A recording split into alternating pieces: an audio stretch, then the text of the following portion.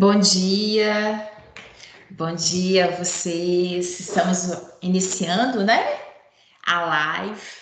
Quero agradecer aqui quem já está, né, já acessou. A professora Tarabal nos pediu, né, para que fizéssemos pequenas lives a respeito de assuntos diversos, de uma maneira específica, associando a esse momento que nós estamos vivenciando, né, essa pandemia.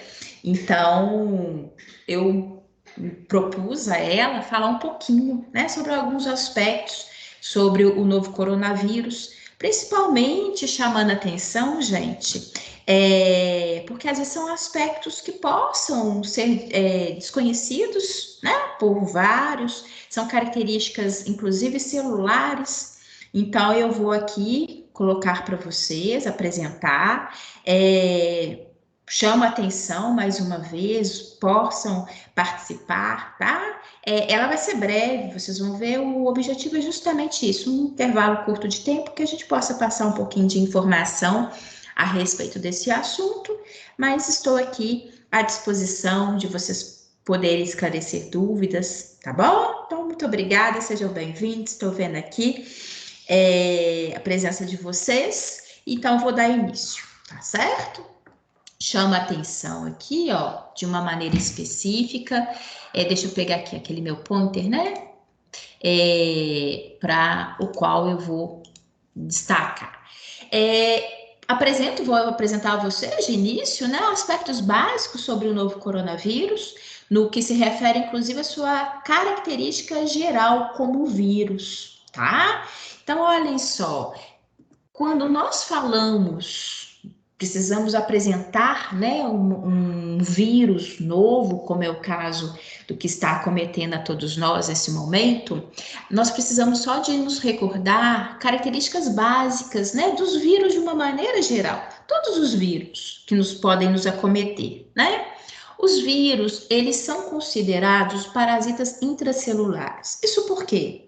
Eles não são considerados seres vivos, tá? Por que que não são? Porque eles não apresentam toda aquela maquinaria do qual nós, né, reconhecemos ali quando a gente estuda uma célula. Uma célula, ela possui as organelas citoplasmáticas, né? Ela possui toda aquela organização para que a célula possa funcionar de uma maneira adequada, produzir seus elementos necessários e básicos e, consequentemente, ser funcional, né? Os vírus não são assim. Os vírus são seres não vivos. Aí você fala, nossa, eles não são vivos e ainda podem causar tantos danos, né? Como de fato. Mas por quê? Justamente porque qualquer vírus, tá? Isso eu estou falando de uma maneira geral. Qualquer vírus, ele precisa, para ele ter a replicação, para ele produzir energia, ele precisa parasitar a célula do hospedeiro. Então, é justamente esse detalhe, né, deles serem parasitas intracelulares, que é o grande agravo. É aí onde nós pegamos esse detalhe e fazemos, né, e com que eles possam nos causar tantos malefícios, porque eles vão parasitar as nossas células, tá? De uma maneira geral, o que é importante aqui? Eu sei que, de uma maneira, né, a gente olha o público, nem todos necessariamente já estudaram aspectos específicos sobre os vírus, mas é importante a gente saber que toda estrutura viral, o que ela possui, né? Ela possui apenas um ácido nucleico, que é ou um RNA ou um DNA. Então, aqui, né, reparem que vocês aqui internamente, o autor desse desenho está nos chamando a atenção, é justamente o ácido nucleico, tá? Que é o material genético do vírus, que ele não vai ter igual nós temos. Nós, seres humanos, apresentamos nas nossas células os dois ácidos nucleicos, DNA e RNA. Um vírus não, uma partícula viral, ele apresenta ou um ou outro, tá? Além de tudo, a gente também pode observar a característica da formação de um vírus. Existem vírus que vão apresentar exclusivamente o ácido nucleico, está aqui representado, né? E essa estrutura daqui, ó, que é o capsídeo, ele é composto por estruturas proteicas, tá? Agora, existem vírus que vão apresentar ainda, além daqueles dois aspectos, que é o ácido nucleico e o capsídeo, ele também vai apresentar essa estrutura externa aqui, ó, que é que a gente denomina de envelope. Então, são denominados vírus envelopados. Por que eu estou falando disso para vocês? Porque isso é uma característica geral de todos os vírus. Porque eu vou apresentar a vocês e vocês vão ver que o novo coronavírus é um vírus que apresenta envelope. Nós falamos que ele é um vírus envelopado. Ele apresenta essa característica aqui externa, né? Inclusive essa característica externa e a presença de estruturas na superfície, que também são estruturas proteicas, ajuda inclusive a dar o nome, né? Porque na hora que a gente fala coronavírus, é uma menção à coroa, é justamente essa associação que eles fazem para essas estruturas aqui, tá? Então, por isso que eu estou apresentando a vocês, porque agora vou colocar para vocês características específicas do novo coronavírus e vou falar com vocês, olha, o novo coronavírus é um vírus envelopado e que apresenta no seu interior exclusivamente, no caso do novo coronavírus, exclusivamente RNA, tá bom? Então é isso que eu vou apresentar a vocês, né? De uma maneira geral, todos os vírus, tá? Todos os vírus apresentam uma característica de material genético instável. O que isso, inclusive, favorece o fato dos vírus serem passivos a sofrerem mutação, que é algo que eu tenho certeza que todos vocês já ouviram falar, né? Porque, inclusive, faz aquela obrigatoriedade da gente ter que vacinar todo ano contra o vírus da gripe, não é? Justamente porque, em função dessa característica, que eles sofrem tantas mutações que eventualmente isso possa dificultar o meu sistema imunológico de me defender dele, tá? Então, é importante essa característica, é através dessas mutações que a gente está falando aqui, que surgem, inclusive, outras espécies virais, né? Esse novo coronavírus, nós sabemos que era desconhecido até então, né? Então, essas mutações que são características que ocorrem com as partículas virais, isso é uma realidade, propicia, de fato, com que, eventualmente, a gente tenha o surgimento, inclusive, de novas espécies virais. De uma maneira específica, contra o novo coronavírus, observem aqui em termos de imagem, né, essa representação, como eu falei com vocês, ele é um vírus envelopado. Então, essas estruturas aqui externas são estruturas proteicas, tá? Que, inclusive, menciona e colabora para a nomenclatura deste vírus, tá? Ele pertence a uma família, que é a família do Coronaviridae. Essa família tem várias outras espécies, tá? De vírus que causam doenças, tanto a nós homens como também a outros animais, tá? E particularmente promovem danos ao nosso sistema respiratório. Então, é uma família de vírus já, né, previamente estabelecida, conhecida e que tende a promover danos ao nosso organismo, tá? Particularmente ao trato respiratório. E esse nome, nessa nomenclatura, novo coronavírus, tá? Na verdade, da onde que foi mencionado, da onde que vem essa expectativa de nome, tá? Para começar, o novo coronavírus, ele é conhecido como SARS-CoV-2. SARS faz menção, né, à síndrome respiratória aguda grave.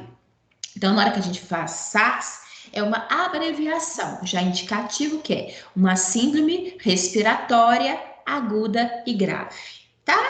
CoV vem de coronavírus, justamente fazendo menção a esse vírus pertencente a essa família, tá? E 2, porque já foi identificado anteriormente um SARS-CoV-1 com também características de promover problemas respiratórios, muito similar, tem várias características similares ao vírus atual, então eles colocaram 2 como uma caracterização a esse novo vírus, tá? E nós denominamos, né, de Covid-19, que é o nome da doença, que é provocada por este vírus, tá? Então, na hora que a gente fala assim, Covid-19, inclusive eu vou chamar a atenção para vocês daqui a pouco, né? Que esse nome, inclusive, ele é indicativo também, ele também é uma abreviação, né, de uma doença do coronavírus, mas só para a gente identificar. Na hora que eu falo Covid-19, eu estou mencionando a doença. Na hora que eu falo do novo coronavírus ou do SARS-CoV-2, eu estou mencionando o agente etiológico, ou seja, estou falando do vírus propriamente dito, tá bom?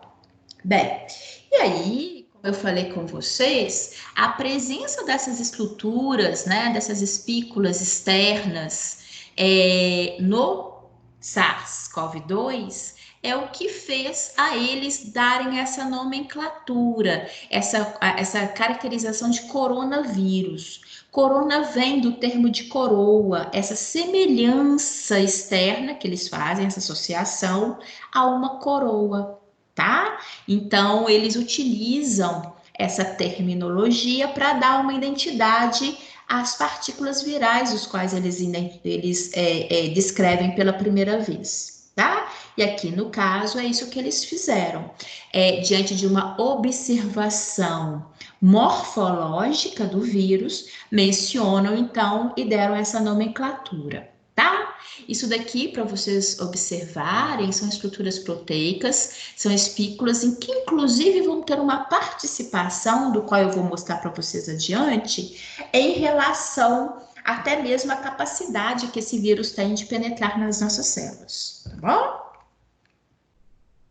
Como eu falei com vocês, o termo, né, Covid-19, ele foi um termo que é dado à doença causada pelo SARS-2, mas que ele foi preconizado pela Organização Mundial de Saúde, tá? Por quê? Para a gente ter essa nomenclatura, para até facilitar a menção, né, e a fala em relação ao que está acontecendo, mas esse Covid-19 ele também significa algo mais, né? Ele é uma abreviação de Covid significa corona, né? Tem a ver com a coroa, daquela associação que eles fizeram com os coronavírus, tá? Vi de vírus e de disíase, que significa doença. Então, é uma doença, tá? Viral por vírus pertencente à família Coronaviridae, né? Então, eles fizeram essa menção. Então, por isso que a gente fala que Covid-19 é a correlação com a doença, porque a própria discriminação aqui já fala que a doença é promovida pelo vírus corona. Tá? E 19 refere-se ao ano. Afinal de contas, a primeira descrição nós acompanhamos, né? Lembram, lá no finalzinho do ano, em dezembro, quando começaram ali, né, nos noticiários, descreverem que havia a presença de um vírus novo, tá? A âmbito mundial, mas que estavam tendo casos, inclusive, de óbito em Wuhan, na China. Então, eles fizeram essa menção, por isso Covid-19, porque sempre vamos ter essa referência de quando houveram os primeiros casos, onde que foi considerado, né, inclusive o caso zero.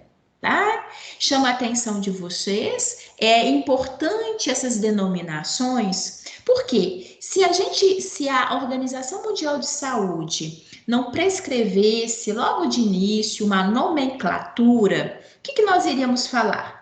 É aquele vírus que teve início lá na China, né? E isso é muito, muito maléfico, gente, porque quando a gente faz uma menção de algo, né, que na verdade acomete tanto a vida humana e faz menção a um determinado local, na verdade a gente está utilizando e acaba podendo gerar preconceito. É um vírus que ocorre, na verdade, no mundo inteiro. inteiro, é uma pandemia, né? Por isso que nós denominamos de pandemia, pela frequência que ocorre ao mundo inteiro. Então, embora tenha sido descrito pela primeira vez em Wuhan, na China, esse vírus ele não possa ficar com essa nomenclatura associada a um local, porque isso gera, a âmbito mundial, uma característica de preconceito que não é, né? Não é possível haver em nenhum caso, muito menos essa também, tá? Para evitar a discriminação de povos, isso é inconcebível. O indivíduo, a partir do momento que ele é infectado, ele tende a ficar até mesmo cerca de 14 dias sem nenhuma manifestação de sintomas. Essa característica, ela é importante porque a partir do momento que eu não estou sentindo nada, eu nem imagino que porventura eu possa transmitir essa doença para o próximo. Então, esse período que a gente fala de cerca de 14 dias é um período que nós denominamos de incubação. Então, o vírus está ali incubado. Inclusive, eu chamo a atenção de vocês, existem vários aspectos, tá, gente? Que eles ainda estão muito. Quando a gente apresenta isso, eu estou apresentando vocês com base em informações, em artigos científicos na Fiocruz, né, que é a Fundação Oswaldo Cruz, que é aqui referência para a gente em termos de ciência no país, mas possa ser que depois, né, de todo esse estudo mais aprimorado, porque tudo é muito novo, como é um vírus novo, várias informações, eventualmente, elas possam vir sofrer modificação, né, em função de novos estudos. O fato é que, em média, eles acreditam, e aí também é uma expectativa média, de que aproximadamente 14 dias seja esse período em que, se o indivíduo ele é positivo, ele tende a começar a ter uma sintomatologia por volta ali do 13º, 14º dia. Se não teve, é porque, eventualmente, ele às vezes, embora possa ter tido contato com alguém positivo, ele não adquiriu o vírus, tá? Vocês devem ter ouvido falar muito disso naqueles casos. Você lembra aqueles turistas que estavam nos cruzeiros, né, nos navios, que ficavam cerca de 14 dias aguardando, né? E só sairiam depois quem realmente não tivesse tido manifestação clínica nenhuma. Foi justamente em função desse período que é denominado de incubação, tá bom? Embora esse 14 dias aqui seja uma expectativa máxima, grande parte dos indivíduos, em relação a aproximadamente uma semana, eles já apresentam, né, sintomatologia. É importante isso porque a partir do momento que eu tenho sintomas, eu já tenho uma noção, né, de que eu possa conferir risco de transmissão para as pessoas. É uma coisa que tem sido tratado muito aqui no Brasil, né? Os nossos índices de testes, eles são muito aquém do que deveria ser, que é preconizado pela Organização Mundial de Saúde. Isso é negativo justamente por esse aspecto. Porque se eu não faço a mínima ideia de que eu seja positiva, eu vou acabar me expondo um pouquinho mais, por mais que as pessoas falem em relação né, a gente ficar recluso em casa, toda essa quarentena, mas, por exemplo, eu deveria, se positiva, ficar isolada no meu quarto, não entrar em contato com os meus filhos, nem com meu marido, por quê? Eu deveria me isolar para evitar ao máximo de transmitir, inclusive, esse vírus, né, para as pessoas mais próximas ali. Porque por mais quarentena que a gente fique, no seio familiar, a gente tem as pessoas ali dos quais nós estamos convivendo, né? Então, acaba isso colocando todos nós numa possibilidade maior de transmissão do vírus, tá? Aqui, como eu chamei a atenção de vocês anteriormente, para aquelas espículas que são observadas externamente, que inclusive colaboram para essa terminologia de coroa, né? Mas por que eu apresento isso agora? Porque essa estrutura, ela recebe um nome, eu falei com vocês que essas estruturas são estruturas proteicas, né? Mas ela recebe um nome, ela foi identificada como a proteína S. Mas por que disso? né? Por que da importância de se detectar essa estrutura? Porque essa regiãozinha, que é a regiãozinha da proteína S, é o local pelo qual este vírus consegue aderir às nossas células, às células do hospedeiro, tá? Então, olhem só, nessa imagem daqui, reparem, hein? Eu tenho a partícula viral, eu tenho essa estrutura que é a proteína S, e é justamente essa áreazinha aqui, ó, que vai ser reconhecida. Esse desenho é um desenho esquemático. Está aqui representando, por exemplo, uma célula humana, tá? Imagina aqui uma célula do hospedeiro, do indivíduo que está sendo infectado. Então, o vírus, ele acaba sendo reconhecido pelo receptor de membrana, que é essa estrutura aqui. Então, na hora que o vírus se une a essa estrutura, na verdade, é como se fosse uma chave para ele iniciar o processo e interiorização do seu material dentro da célula do hospedeiro, tá? Reparem vocês que aqui nessa representação, o autor está mostrando que existe essa estrutura interna aqui, ó, que eu falei com vocês que é o RNA, ele vai ser inoculado dentro da célula do hospedeiro, iniciando o que eu comentei, né? Que o vírus é um parasita intracelular. O que é um parasita? Aquele que suga, não é? Que vem aproveitar do outro. O vírus é um parasita intracelular, ou seja, ele vai parasitar as nossas células.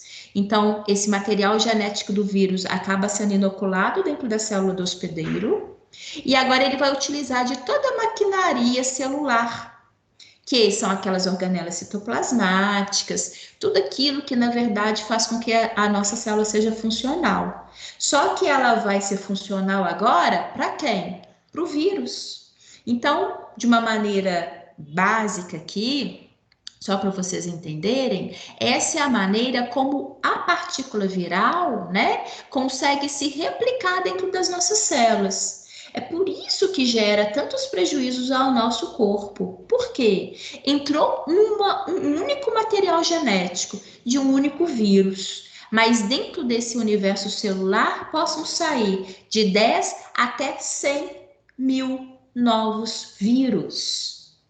Então, vocês imaginem, essa célula ela vai se romper, ela vai morrer, e essas partículas virais vão ser liberadas no organismo desse paciente. E aí, né? Imagine isso numa única partícula viral que entrou dentro dessa célula. Imaginem, né? Quantos outros não possam estar sofrendo o mesmo processo, inclusive aqui de multiplicação, e é por isso que o paciente fica tão agravado, né? Com o quadro, muitas das vezes, tão debilitado.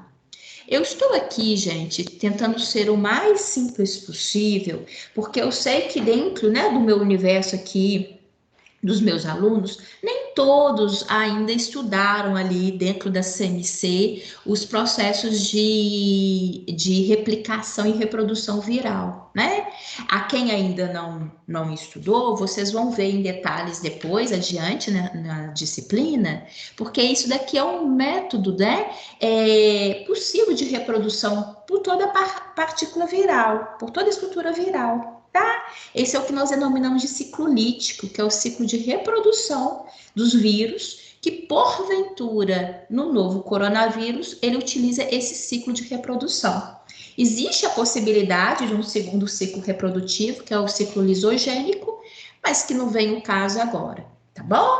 Eu estou aqui tentando ser o mais simples possível para que todos vocês, independente do que já tiveram ou não aí em termos de informação, em termos de disciplinas, possam pelo menos captar a mensagem, perceber o quanto e o porquê que o vírus consegue se multiplicar tanto dentro do nosso organismo, né? Como que ele é parasita. Por quê? A partir do momento que ele entrou na nossa célula, ele nada mais está fazendo do que utilizando da minha célula a proveito dele.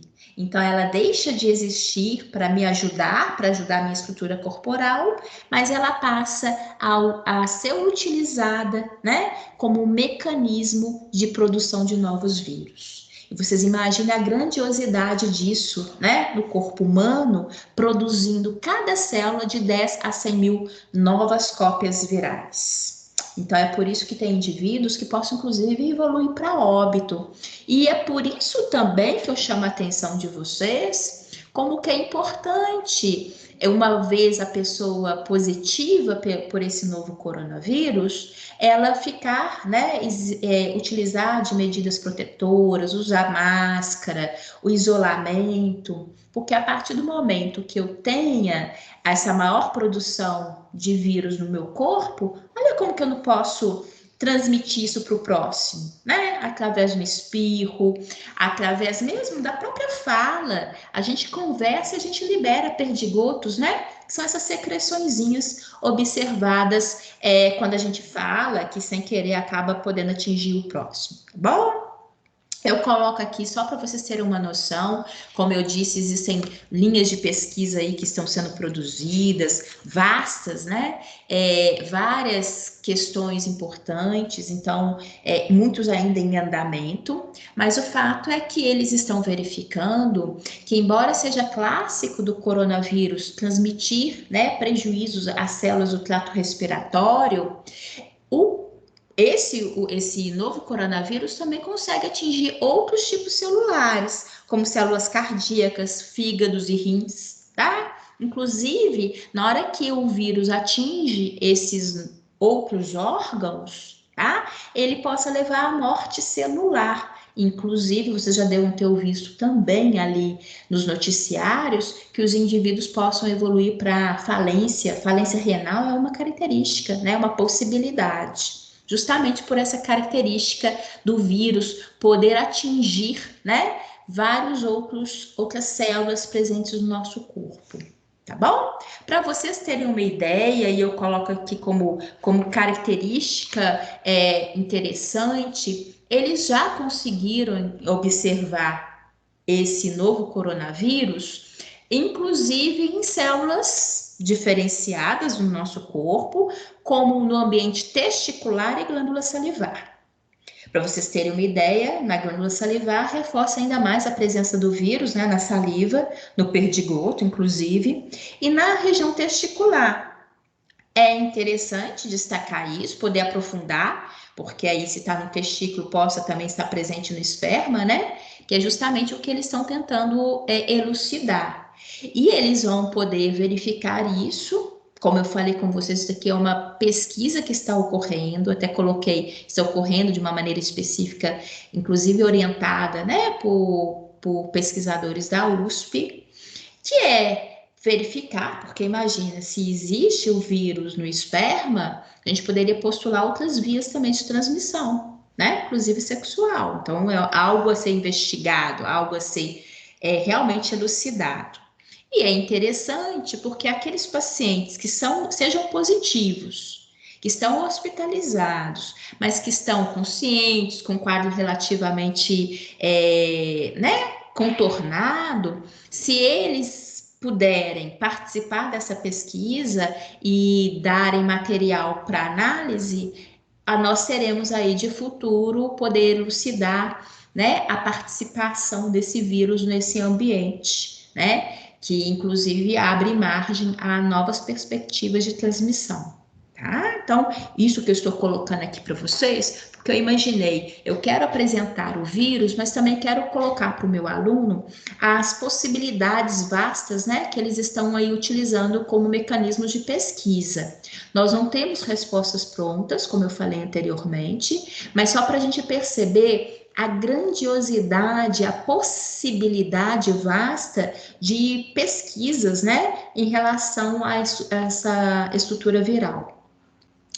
O fato é que, de uma maneira geral, existe uma sintomatologia clássica, onde a maioria dos indivíduos tendem a apresentar cefaleia, né, que é dor de cabeça, tosse, inclusive isso colabora no sentido de maior transmissão da doença. Tá? Dores musculares, dificuldades respiratórias. Vocês também já devem ter ouvido falar que tem pessoas que vão perdendo, né, o olfato, enfim, uma série de alterações que, inclusive, se vocês acompanharem, eles não estão deixando de, inclusive, de atualizar essa sintomatologia, porque têm sido relatados novos sintomas, tá? Então, é algo que também não está fechado.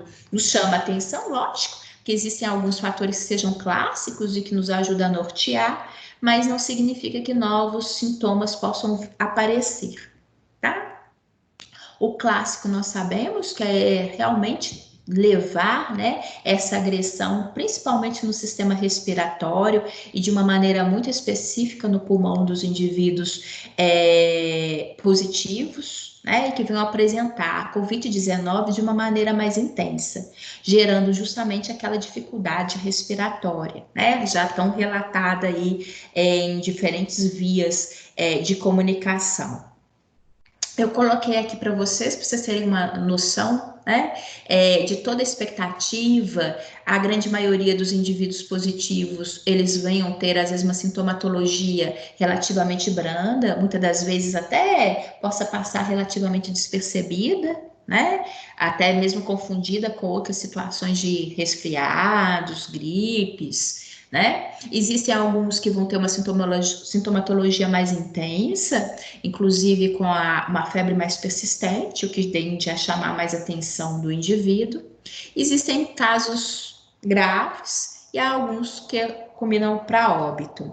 Eu coloco, vocês vão ver, eu coloquei aqui no meu material, ontem eu entrei, né, na página do Ministério da Saúde para colocar para vocês esses dados aqui, para a gente ter uma noção da situação atual do Brasil. Eu até coloquei, olha, no site do Ministério da Saúde, foi ontem, dia 12, peguei esses dados a 11 horas e 41 minutos da manhã de ontem. Por quê? Porque hoje esses dados já estão atualizados. Só para vocês terem uma ideia, ontem nós tínhamos 11.519 óbitos. Hoje eu vi aqui no intervalo da minha aula, né? Aqui de manhã, eu sei que na internet já está falando em mais de 12.400 óbitos. Então, estou chamando a atenção de vocês, porque na hora que eu apresento para vocês essa pirâmide, foi algo que aconteceu inicial lá na China, né? Então, até para a gente ter a noção dos eventuais casos de morte dentro de uma grande perspectiva de indivíduos positivos. Mas é fundamental, e hoje a gente já consegue verificar aquilo que está acontecendo no nosso país. E que é, sim, um contingente muito grande, né, de indivíduos positivos. Reparem que ontem eram casos confirmados, mais de 168 mil casos confirmados, e dentro desse montante, cerca de 11.519 óbitos, tá? O que leva a uma letalidade de 6,8%. Então, é muito significativo, né, gente? É um contingente muito grande de pessoas que estão morrendo. E a gente não pode imaginar, isso aqui não é só número, né? Quantos familiares, quantas famílias aí estão perdendo seus entes queridos. Aqui, só para vocês terem uma noção, também retirado ontem do site do Ministério da Saúde, né? Esses óbitos acumulados por datas de notificação. Repare que nós tivemos realmente um aumento, né? Significativo e que agora nós estamos, né? A gente não sabe, ninguém necessariamente nesse momento consegue falar se nós estamos de fato no pico, mas o fato é que estão, né, só está no mínimo bem crescente essa linha aqui de óbitos no país, tá? Vamos acompanhar, vejamos, a gente não tem como afirmar absolutamente nada, mas é uma característica mesmo de acompanhar. Infelizmente, a gente não sabe até onde, né, que isso possa se estender ou vai ter o achatamento da curva. O fato é que a gente precisa, como profissional de saúde, acompanhar e aí os noticiários e tentar fazer a nossa parte.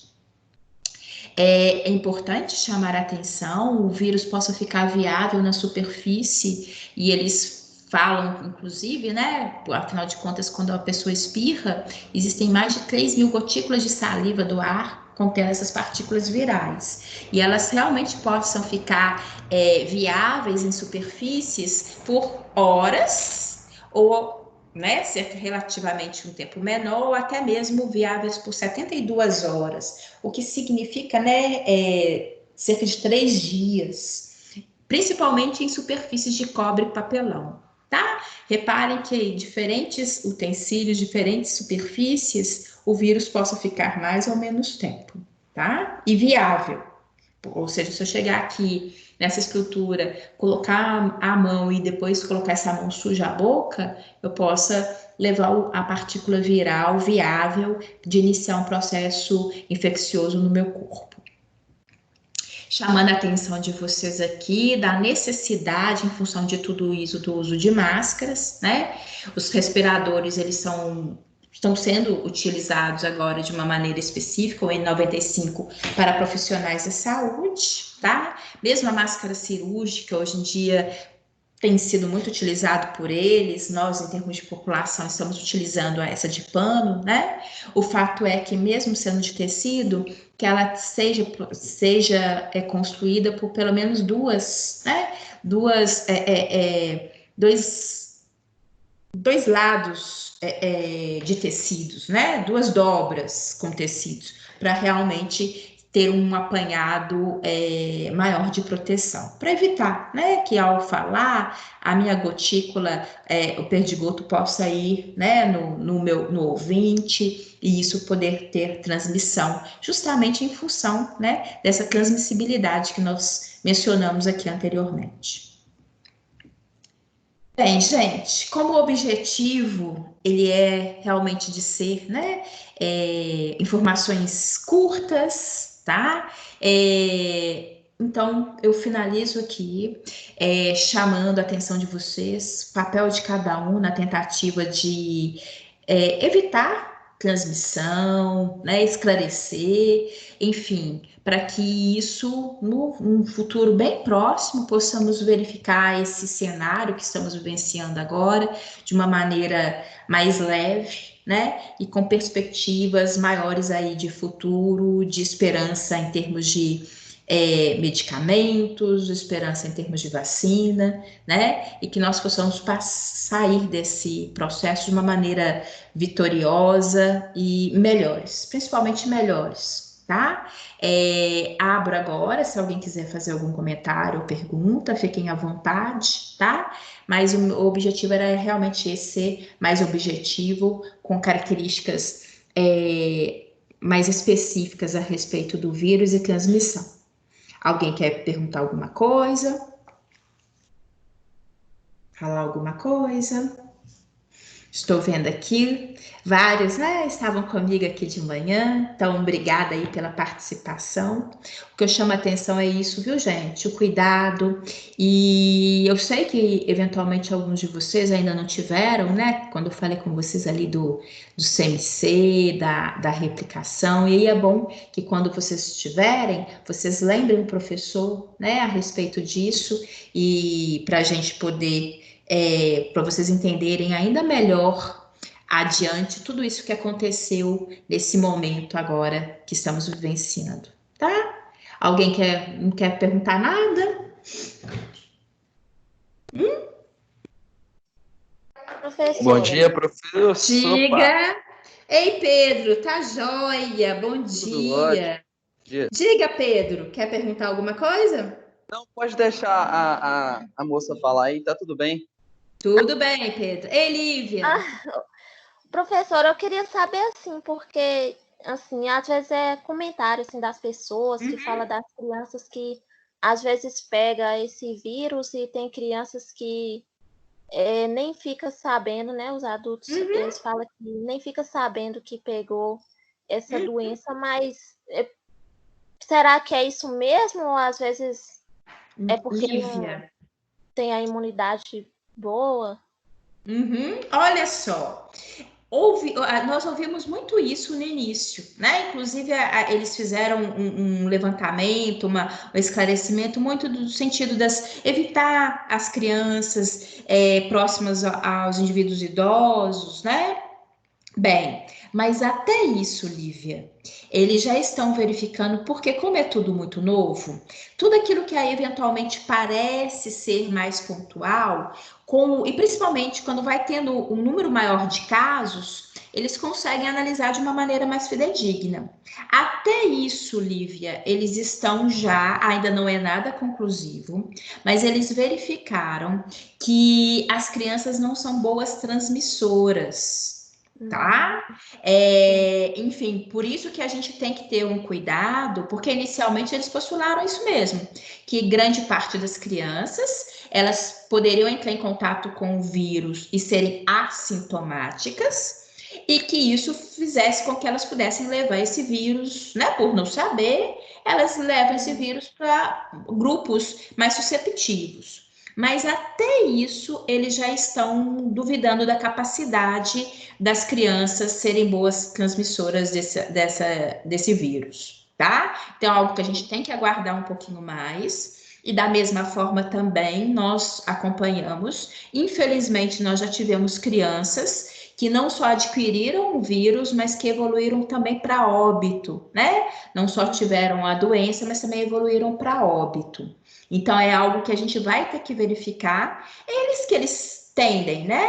Ele é eventualmente criança bem nutrida, saudável, às vezes ela possa ser bem responsiva, mas de qualquer forma, ela também está aí frente a vários micro-organismos pela primeira vez. Tanto é que é muito comum as crianças adoecerem, muito mais frequente do que às vezes um adulto, né?